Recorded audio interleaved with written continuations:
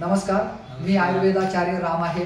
आज आपण प्रकाश निराळी साहेब यांना 8 महिन्यापूर्वी पॅरालिसिसचा अटॅक आला होता आणि त्यातून त्यांना थोडा आराम पडला, परंतु रिकव्हरी मिळालेली नव्हती। त्यांचा एक पाय लंगडत चालायचे आणि सूज होती आणि त्यांना जिना उतरता चढता येत नव्हता।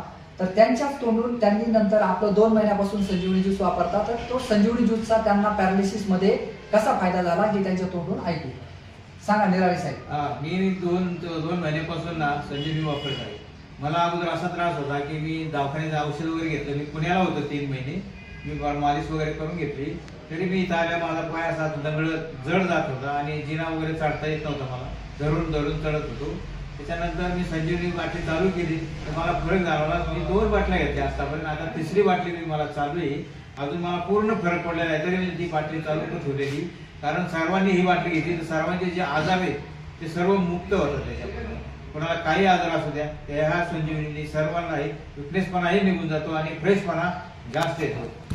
तरी सर्वांनी ही बाटली चालू, म्हणजे यांना थकवा जाणवत होता, त्याच्यानंतर पायाची सूज वगैरे, आणि हे मामांना डॉक्टरांनी अजून पुढचे 5 ते 6 महिने गाडी चालवायला सांगितलेली नव्हती, परंतु ते आजच आपल्या 2 महिन्यानंतरच गाडी ही चालवायला लागलेली आहे आणि मार्केटमध्ये खूप चांगल्या पद्धतीने त्यांचे कामं करत आहेत। तर